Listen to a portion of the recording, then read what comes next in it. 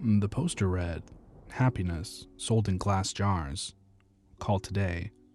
And underneath the text was a phone number. I was walking home from a long, exhausting day of work when I caught a glimpse of the paper stapled on the old telephone pole. I took a picture of it, thinking it was amusing. I was going to show my wife once I got to our apartment, but I was caught up with chores and forgot about it. Dinner, dishes, laundry, packing a snack for our daughter, putting her to bed, then putting her toys away that she'd left out in the living room. Every night, it was the exact same routine. The next day, I woke sleeping back to back with my wife. I always had to get up earlier than she did for my job, so I quickly got ready for the day and headed out the door.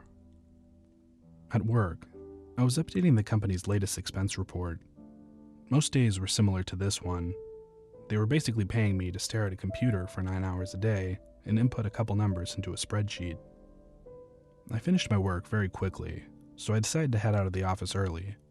It also helped that it was a Friday, and a lot of people leave early at the end of the week. On my walk back, I was thinking of what my life had become. I did this often. I always dreamed of traveling when I was younger. I wanted to drive across the country or solo backpack across Europe. Then I met Kelsey.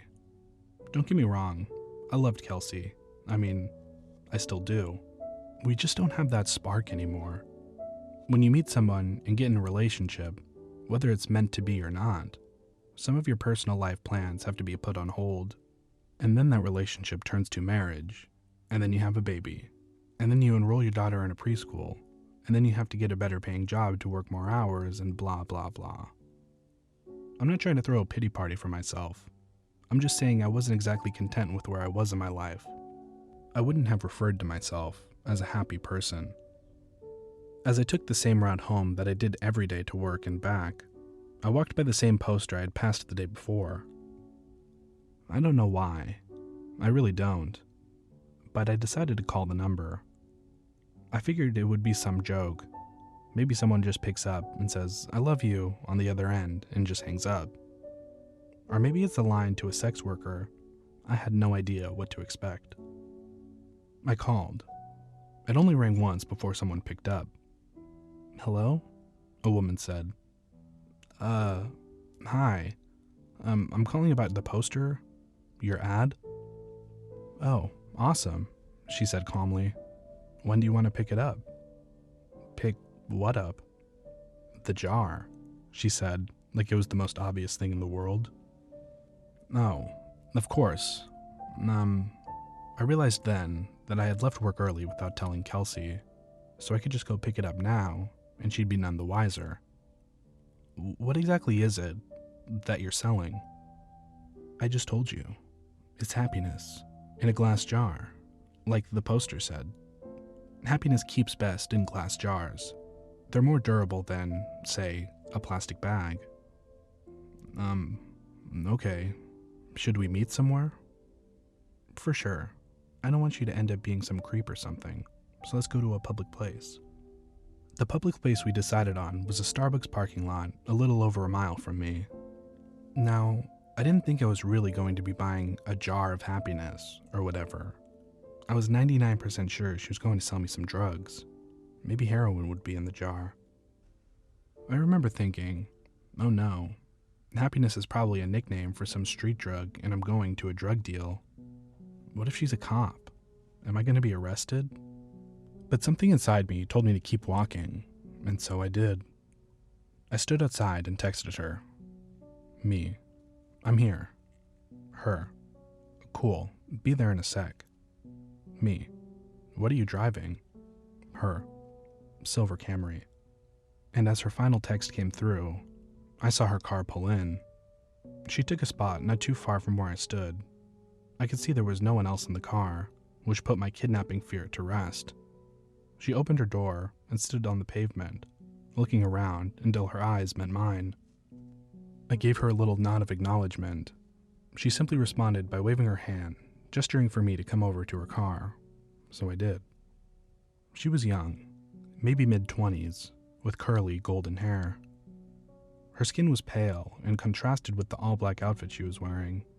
I thought she looked like Glinda the Good Witch from The Wizard of Oz had put on the Wicked Witch's clothes. "Nice day out," she said as a greeting. "Oh, yeah, it is. I hadn't really paid attention to it." "You were the one who called about that jar, right?" "Yeah, that was me." "Cool. Well, here you go." She handed me a very small glass mason jar. I couldn't have been more than 2 inches tall. Inside of it was a light. Not a light bulb, just light. It was like someone had bottled up sunshine. It glowed even in the mid-afternoon daylight. It looked like a tiny sun, or tiny universe existing in this little crystal-walled home. I was admiring it with no attempt to hide the awe in my face. "Pretty rad, isn't it?" What is it?" "You asked that like 3 different times, I think. My answer is still the same. It is happiness. Happiness in a glass jar." "What do I do with it?" "Keep it," she said simply. "If you have any problems, shoot me a text." She started to get into her car. "Wait," I said. "I thought you were selling this. How much is it?" "Don't worry, man," she said with a smile. "You'll pay." She closed her door, and I stepped out of her way as she backed up, then drove off. What the hell had just happened? What was I holding? I looked down at the jar again. Its radiance was simply mesmerizing. I put it in my pocket, and I could see its glow slightly through my pants. I began to walk home. What was just a nice sunny day quickly changed into a rainy one, with clouds wrapping around the sky. It was not forecasted that it would rain, or else I would have ridden the bus or subway to work that day. I jogged home, trying not to get too drenched. I finally found shelter once I made it to my apartment building. I walked up to my door and found that my key wasn't on my keyring anymore. Shit, I can't believe I lost it again, I thought. I knocked at the door and said in a somewhat loud voice, "Hey babe, it's me. I don't know what happened to my key." I heard the door being unlocked from the other side. When the door opened, I was greeted by a large, heavy-set man with greasy hair and an unkempt goatee. He said, "I think you got the wrong door, bud." "Oh," I said, disoriented. "My bad, sorry. You have a good one." He let out a chuckle as he closed the door. "Apartment number 33. I know that was my apartment. I know it was. I'd been in apartment 33 for 5 years now, but that was not my apartment.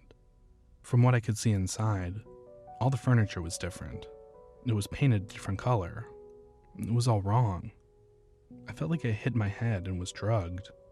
In that moment, nothing made sense.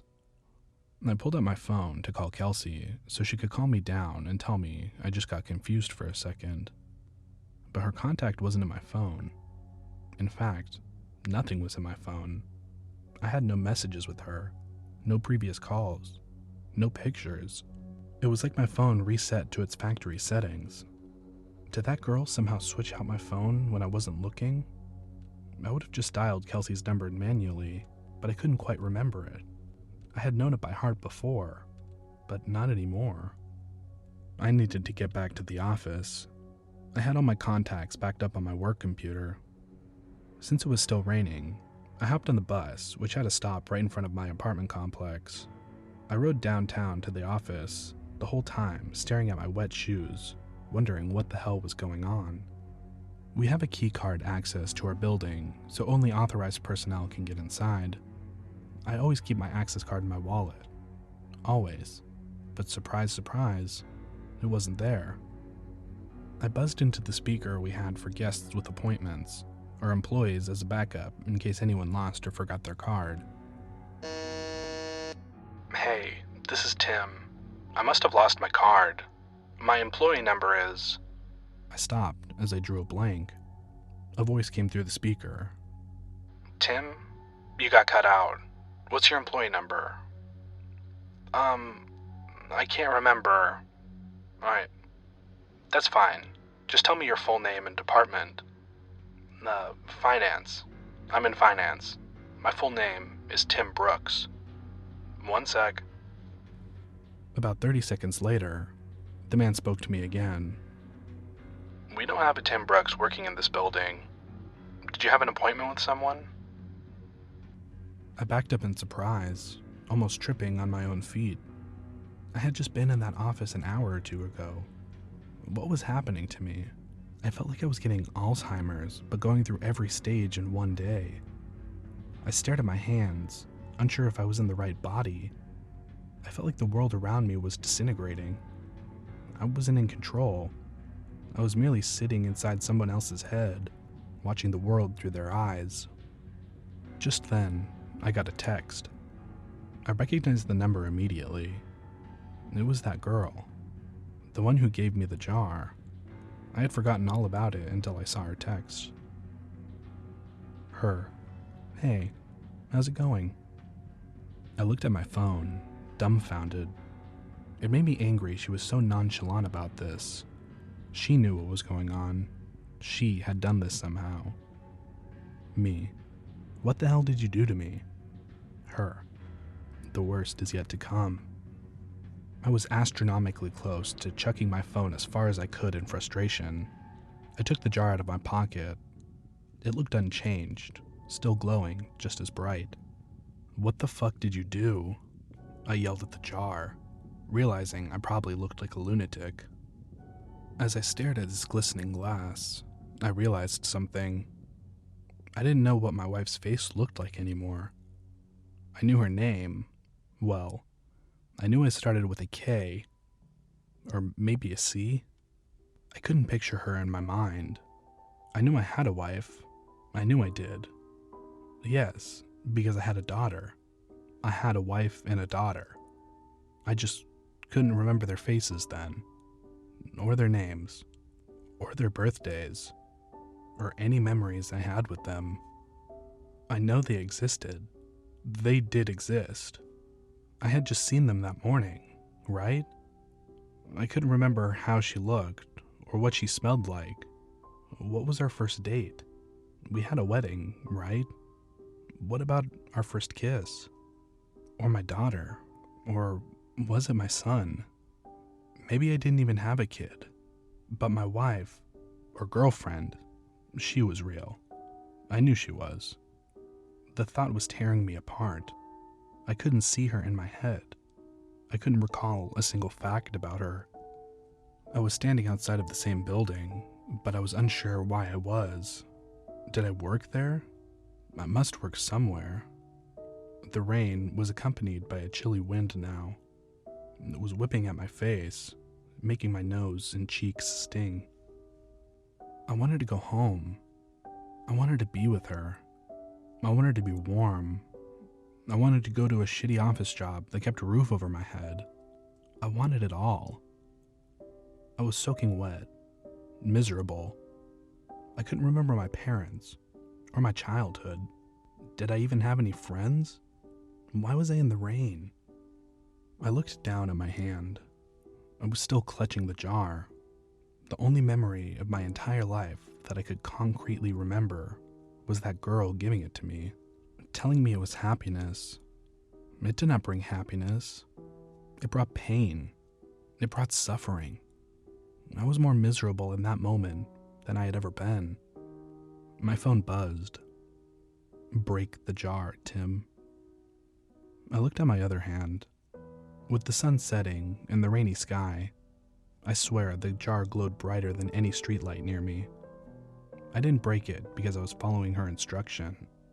I broke it because I was angry. I broke it because I was upset. I needed a release. I raised my arm above my head and brought it down with one swift motion, shattering the jar into the concrete beneath my feet. That dark, chilly air accompanying the rain spread away like it was the shockwave of a bomb going off, and I was at the epicenter. I saw the warm, yellow light from the jar spread rapidly across the ground and ascend into the sky. It was as if I was watching the beginnings of the universe being created, like God had just snapped his fingers and said, "Let there be light." I was engulfed in it. I could no longer see street or rain or anything dark. I felt like I was plummeting into a star, going faster than the speed of light. It felt like sitting in front of a fire on a cold winter's night, but the warmth was covering every inch of my body. And then I blinked. Immediately, I could feel the sheets beneath me and my back barely touching my wife's. I was staring out the window. The morning light drenched through the glass and gleamed on my face. I stood from bed and grabbed my phone. It was Friday morning. I had one text. "Let me know if you ever need another jar." Smiley face. I called in sick to work. I snuck into my daughter's room and greeted her with a kiss and told her she didn't have to go to preschool today. We were going to have a family day. She smiled and stretched out her arms with a big yawn before curling up and falling back asleep. I got back in bed and squeezed my wife tightly. I didn't let go for hours. Adarda came into our room and woke us up eventually. She was jumping on the bed and shouting for us to wake up. Yesterday, I may have found that annoying. Yesterday, I may have found a lot of things annoying, or monotonous, or dull. But not today. Today I pulled her under the covers in between me and Kelsey. Today was going to be a good day. Today, I was happy.